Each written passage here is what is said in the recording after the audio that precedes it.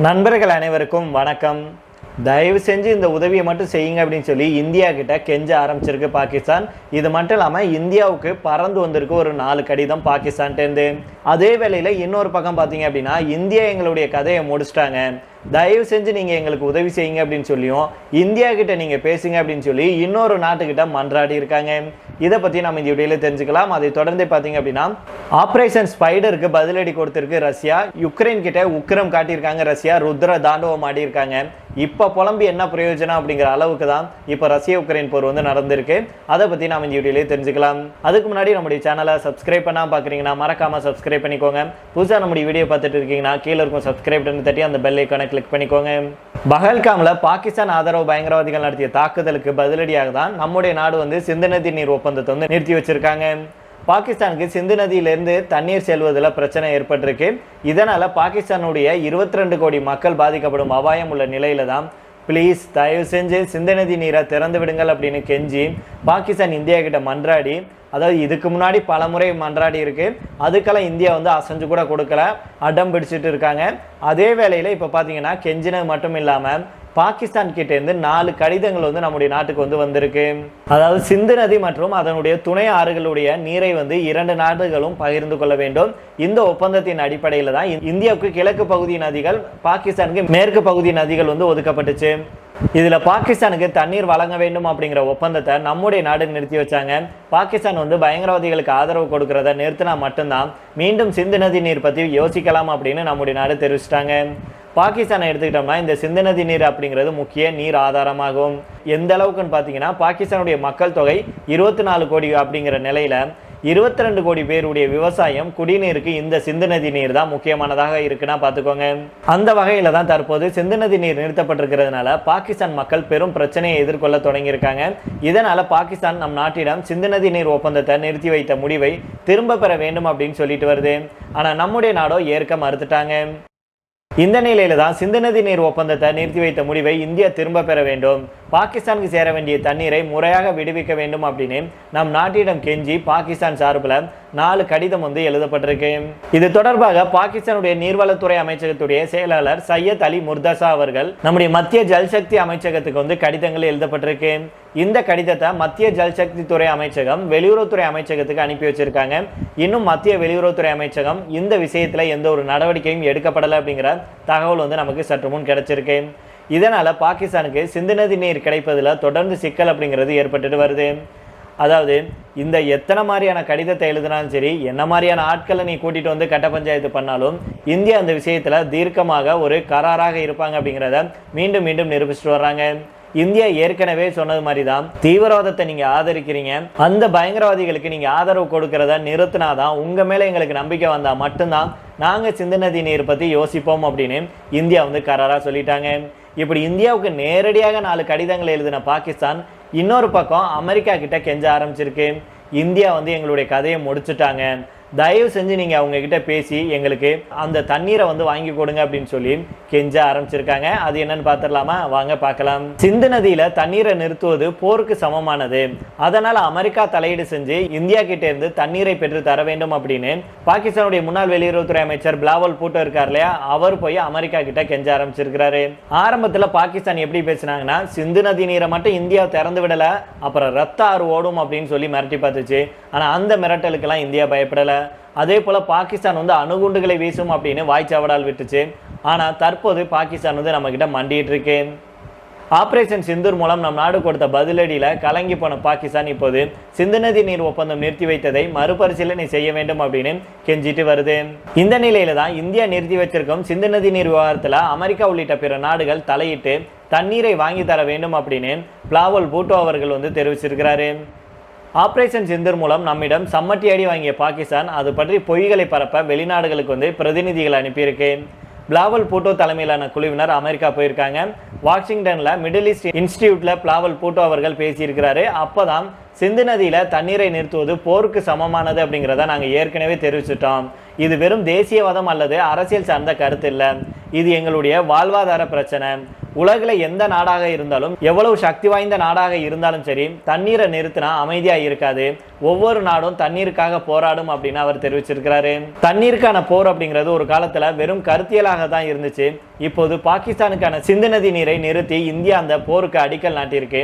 இது அணு ஆயுத போருக்கான அச்சுறுத்தலாக கூட மாறும்.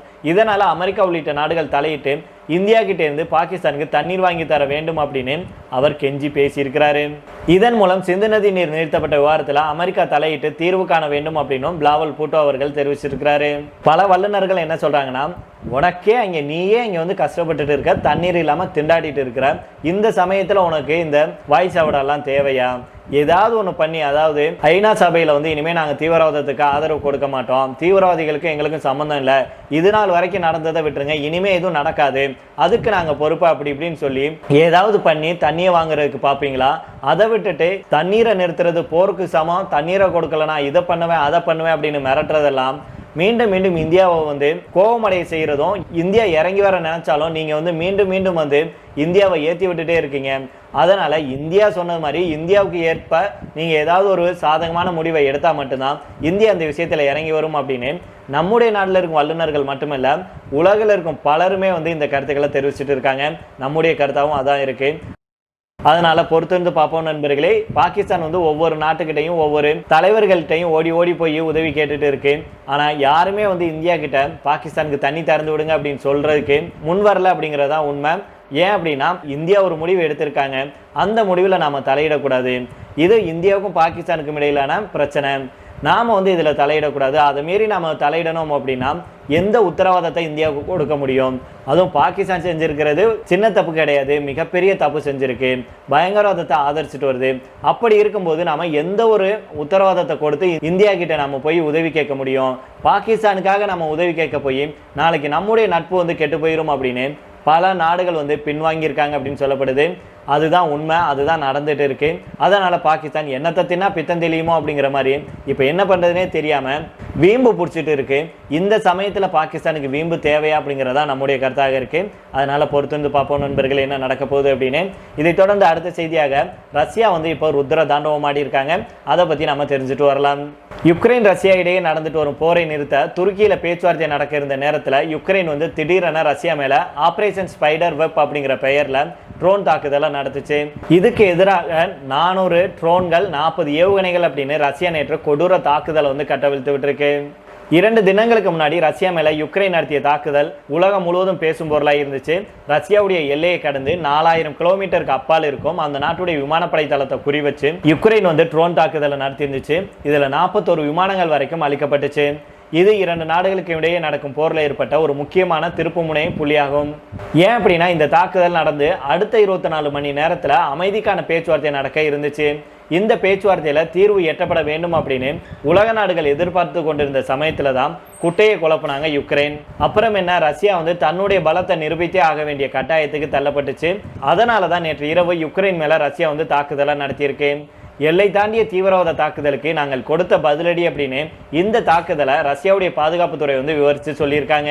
ஆனா யுக்ரைன் அதிபரோ இந்த போர்ல இது நாள் வரையில இவ்வளவு பெரிய தாக்குதல் நடந்ததில்லை, 10 பேர் வரைக்கும் உயிரிழந்திருக்காங்க, இது ஒரு கொடூரம் அப்படின்னு புலம்பி இருக்கிறாரு.